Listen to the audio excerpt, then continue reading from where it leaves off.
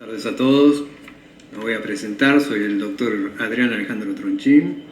Soy profesor adjunto de la Cátedra de Realidad Social Latinoamericana y Derecho de la Cátedra del doctor Pedro Bautista Tomá. Y bueno, vamos a empezar con el desarrollo de lo que es esta materia, ¿sí? Los primeros temas del libro y del programa es el siguiente título: América Latina, marca registrada. Dice. ¿A qué se refiere esto de América Latina, marca registrada? Se refiere a que la palabra América Latina no es un invento de un americano, sino que es el invento de un francés llamado Michel Chevalier, como la empresa de ómnibus, Michel Chevalier, que allá por 1862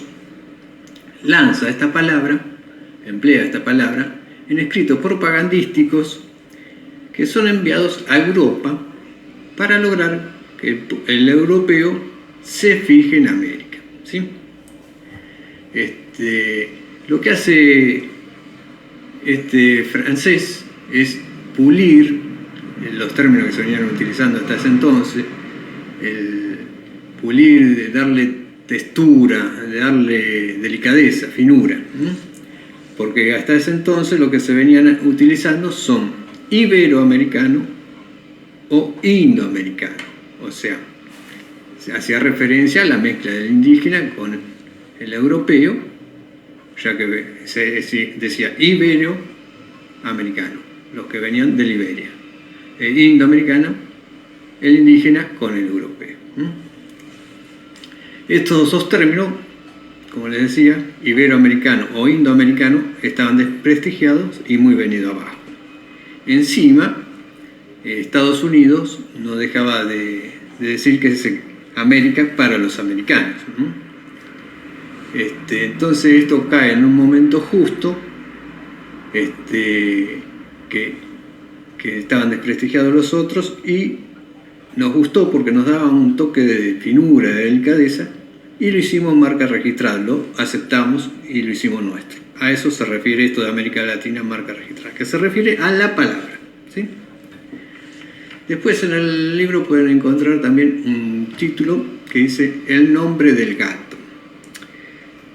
El autor hace comparación de lo que es Latinoamérica con los distintos nombres que se le da a un gato. Eso no nos importa, ¿sí? Lo que trata este tema es que a los sociólogos se les hizo difícil darle identidad al pueblo latinoamericano. O sea, les fue difícil decir el pueblo latinoamericano es de esta forma o de esta otra. Entonces ellos hicieron una clasificación, ¿sí? La primera clasificación es la macondeana, que es como al europeo y a los Estados Unidos les gusta vernos a nosotros, a los latinos. Ellos dicen que somos folclóricos, divertidos, mágicos. Y esto, si alguno de ustedes tuvo la posibilidad de viajar a Europa o a Estados Unidos, o tiene gente conocida que lo haya hecho, lo pueden notar, porque cuando uno viene de afuera nota que esta gente son más fríos, más calculadores, el amigo no es como el amigo de acá. A eso se refiere. Y como si nos comparamos con Brasil es más alegre que ninguno todavía, más entretenido y más divertido. ¿Por qué?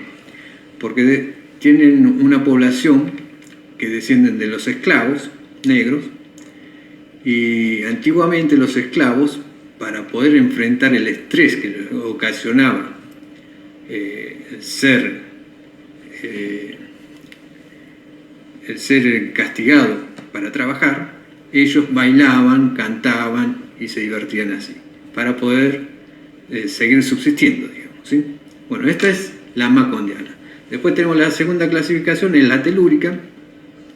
La telúrica es la que sostiene que somos la fusión hispano-indígena, de la cual sale una raza blanca, fuerte, de caballería, capaz de lanzarse a epopeyas románticas y de cambiar el mundo. La tercera clasificación es la civilizada. La civilizada es la que sostienen que somos la continuidad de Occidente en cuanto a la blancura y a la religión.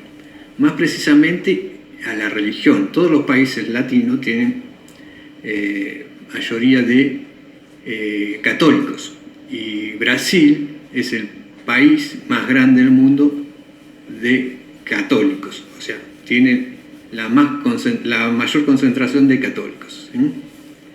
Y por último, la última clasificación es la mixtura de la modernidad. Esta sostiene que si son cada vez más educados y tecnologizados, vamos a ser cada vez más inteligentes. Bueno, eso es lo que es la clasificación de los sociólogos, ¿sí? Después viene un título cortito también que dice poder y deseo. ¿A qué se refiere esto? A que los países latinoamericanos vienen cambiando a pasos agigantados en lo que respecta a delincuencia e indiferencia. Y justamente en estos momentos de pandemia esto se ve más todavía. Pueden estar de acuerdo o no con lo que dice el autor. Yo creo que nosotros como Argentina por ahí estamos más alejados, porque tenemos clase baja, clase media, clase alta. Y esto se ve más en los países más pobres, que tienen más clase baja. Él lo que dice es que cuando el más joven sale o tiene que salir en busca de su primer trabajo, ven más fácil ser miembro de una banda de delincuentes o robabancos y no ser un operario calificado. A esto nos lleva la política, los sistemas de gobierno y de política que tenemos, lamentablemente. Hoy por hoy está aumentando la delincuencia en nuestro país, y no sé en el resto, pero en el resto de los países latinos, pero cada vez es peor. Nosotros antes pasábamos por ahí desapercibidos y había más delincuencia en otros países. Hoy por hoy nosotros también estamos cayendo en esto. Y esto yo lo he comprobado también, en el estudio jurídico tengo muchas docentes y maestras como clienta y me ha pasado que les he preguntado qué dicen los chicos, cuando quieren ser grandes, a qué aspiran. Y dicen que los chicos les dicen o policía o chorro. O sea, en ciertas clases sociales el ser chorro es un trabajo. Es más, hablando, a mí me han dicho, no, mi hijo salió a trabajar y lo mataron. Claro, salió a robar y lo mataron. O sea, es común en ciertas clases sociales, no me quiero meter en política, pero no en todos, ¿no? Argentina creo que pasa más desapercibido en este tema, ¿sí? Y bueno, ahora vamos a ir a otro título que es ¿qué es América Latina? O sea, la definición de América Latina. Lo que primero se intentó es definir América Latina desde el punto de vista geográfico. Lo que se dijo originalmente era que eran los países del centro y del sur de América. Pero enseguida aparecieron que se opusieron. ¿Por qué? Porque de esta forma quedaba afuera México, que es latinoamericano también. Entonces se emparcha esta definición, por así decirlo, diciendo que son latinoamericanos todos los países que se encuentran al sur del río Bravo. O sea, el río Bravo es el límite norte de México. Entonces, desde el río Bravo para abajo son todos latinoamericanos. Pero esto también fue observado. ¿Por qué? Porque se encuentran Guyana y Belice, que son angloparlantes, y Surinam, de habla holandesa. Entonces se concluye a que no se trata de un concepto geográfico, sino de un concepto cultural que comprende a todas las naciones americanas cuya élite dominante fueron latinos. Todo lo que no es anglosajón es latino. También se puede sacar así, por oposición. esta definición, porque pueden encontrar algunas otras definiciones que por ahí dicen que pasamos una trayectoria similar en la historia. Pero hay países que son muy distintos. Yo creo que si un país no puede estar en la definición geográficamente, tampoco, si no pasó la misma historia, no puede estar. Pero sí coincide con que fuimos dominados por élite latina. Pasemos a otro título, entonces. ¿Por qué es latino? O sea, yo ya les expliqué de dónde viene el nombre, la palabra latinoamericana, que hasta ese entonces se usaba indoamericano o iberoamericano. Sandino solía decir que era más preciso decir indoamericano, pero bueno, yo les preguntaría a ustedes si consideran que Guatemala, que tiene el 50% de la población es indígena y hablan el idioma hindú, Paraguay también habla el guaraní, Brasil tiene Santa Catarina y Chile el sur poblado por alemanes. Si estos lugares tienen algo de latino. Así que yo creo que no, pero bueno, volviendo a lo que es la definición, yo les decía que son latinos en las élites que nos dominaron. Y sí, es así. Hasta 1930 se considera que predominó la cultura francesa. Y desde ese punto de vista, somos latinoamericanos, en las élites que nos dominaron. O sea, ¿sí? Bueno, después tenemos que pertenece culturalmente a Occidente. Bueno, esto algo ya se los dije. Que pertenece culturalmente a Occidente es en cuanto a la blancura y a la religión. Se suele decir que es el Occidente del tercer mundo o el tercer mundo de Occidente. Bueno, después entraríamos en un tema más larguito, que es paralelismo. Bueno, paralelismo nosotros lo seguimos a Alperín Dongui, es un autor, es un historiador argentino. Él nació en 1926 y murió en el 2014. Fue abogado recibido en UBA, fue profesor y doctor en historia, ¿sí? Fue decano de la Universidad de Santa Fe, de Rosario, mejor dicho. Y en el 66, cuando viene la década de la época de facto, mejor dicho, los gobiernos de facto, se muda a Estados Unidos. Allá fue profesor de Harvard y Berkeley, y bueno, y después murió en 2014, como les decía. Esto se los hago como referencia para que tengan en cuenta que es un historiador que se destacó. Bueno, este historiador señala que todos los países latinoamericanos pasaron por etapas similares, diferencias más o diferencias menos, pasaron por las mismas etapas similares. Y son las siguientes etapas. La primera etapa él la denominó de larga espera, etapa de larga espera. ¿Por qué? Porque destruido el Estado colonial, no se instaura un nuevo orden rápidamente. Es acá donde aparecen los caudillos, se pelean entre ellos, hay mucho derramamiento de sangre, ¿sí? A excepción de ¿quién? De Brasil. Brasil no tuvo derramamiento de sangre. ¿Por qué? Porque en ese momento Napoleón Bonaparte había amenazado a Portugal con invadirlo, y ante esa situación Inglaterra, con su flota británica, mudó la corte a pleno portuguesa a Brasil, y desde ese entonces fueron mantenidos en orden por medio de los Braganza y de Pedro I. O sea, no tuvo derramamiento de sangre. Esta es la primera etapa. Después la segunda etapa va de 1830 a 1880.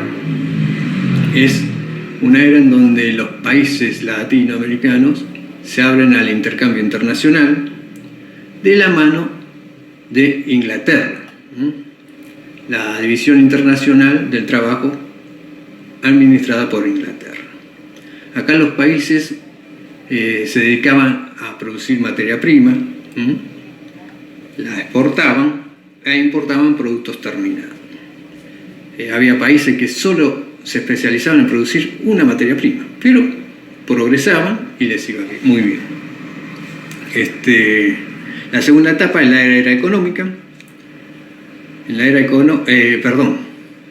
esa es la segunda etapa, me equivoqué acá. La tercera etapa es el nuevo orden.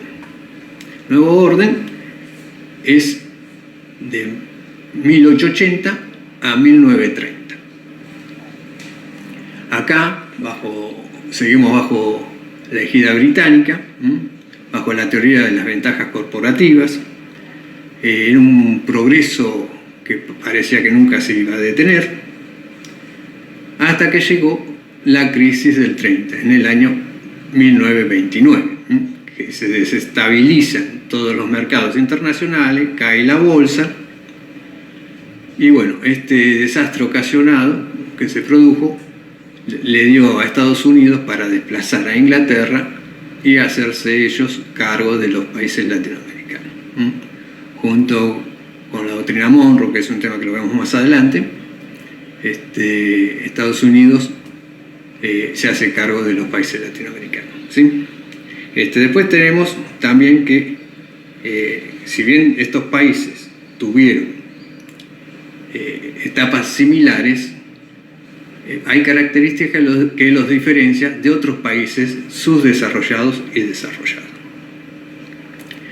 Las características estas son: la primera es la propiedad de la tierra, la diferente distribución de tierras que hay. Nosotros tenemos, los latinos, grandes extensiones de tierra que superan las 1000 hectáreas, y a eso se hace referencia, la gran amplitud de los campos que hay. ¿Por qué? Porque esto trae consecuencias negativas en la tecnologización de estas zonas de campo. No es lo mismo tecnologizar una parcela de 10, 20, 100 hectáreas a tener que modernizar 1000 hectáreas. Pónganle que uno tiene que poner un sistema de regadío a 100 hectáreas, no es lo mismo que poner regadío a 1000 hectáreas. El libro usa ese número de 1000 hectáreas, pero acá en Argentina hay propietarios de mucho más campo todavía. Esa es una de las características, o sea, la distribución de los campos. La otra característica está dada por la pronta independización que tenemos. Los países se independizaron rápidamente. Esto trajo como consecuencia una urbanización fuerte que le ganó, o sea, fue anterior a la industrialización. Por consecuencia, tuvo problemas también. Y la tercera característica es el gran contraste que hay entre lo que es una ciudad agrónoma o agrícola con una ciudad industrial. O sea, son esas tres características. También tenemos que tener en cuenta en todo esto el clima, la población y la sociedad. Si nosotros vamos a América del Sur, y más precisamente al sur de América del Sur, nos vamos a encontrar con que Chile, que es andino, Argentina y Uruguay son templados, ¿sí? Después tenemos, yendo hacia el norte, encontramos los tropicales, que es Paraguay y Brasil. Brasil es considerado un país continente, ya que limita con todos los países del resto de Sudamérica, a excepción de Chile y Ecuador. tiene el sur de Chile poblado por europeos. Después tenemos a Bolivia. Bolivia también es tropical, pero por su historia se los clasifica como templado, ¿sí? Y por último tenemos a Colombia y Venezuela, que son caribeños y andinos. Bueno, con todo esto que les vengo diciendo, ustedes tienen que tener en cuenta que en Latinoamérica existen el indoamericano, hubo negros, hubo indígenas, hubo europeos, y bueno, esto fue dando origen a distintos pueblos. Por un lado tenemos que señalar los pueblos testigos o testimonios, lo pueden encontrar también. Pueblos testimonios o testigos son los que tienen indígenas. Guatemala, como les decía hoy, tiene el 50% de indígenas. Después tenemos a Nicaragua y El Salvador, que tienen un 20% indígena. Y Honduras tiene un 10% de indígenas. Estos son testigos por eso, testigos de que había indígenas, ¿sí? Después vamos a encontrar los pueblos trasplantados. Los pueblos trasplantados los encontramos en el Río de la Plata, o sea, Argentina y Uruguay, son los rioplatenses. ¿Por qué? Porque el europeo vino para acá y en esa zona exterminaron al indígena completamente. Entonces el europeo mantuvo su cultura, su religión, sus costumbres, no se fusionó con nadie. Tal es así que se solía decir que Argentina era el único país blanco al sur de Alaska, ¿sí? Y por último tenemos los pueblos nuevos. Los pueblos nuevos son los que surgen de la mezcla, de la mezcla, ya sea del indígena con el americano o negro. Los encontramos en Brasil, también encontramos en Colombia y en Venezuela. Bueno, con esto es la parte que necesitan para entender de qué se trata realidad social latinoamericana y derecho. Son temas importantes, todos entran en el examen, así que vayan estudiando porque si no después no llegan. Así que bueno, me despido y cualquier cosita me preguntan cuando estemos en el horario de cursada lo que no hayan entendido.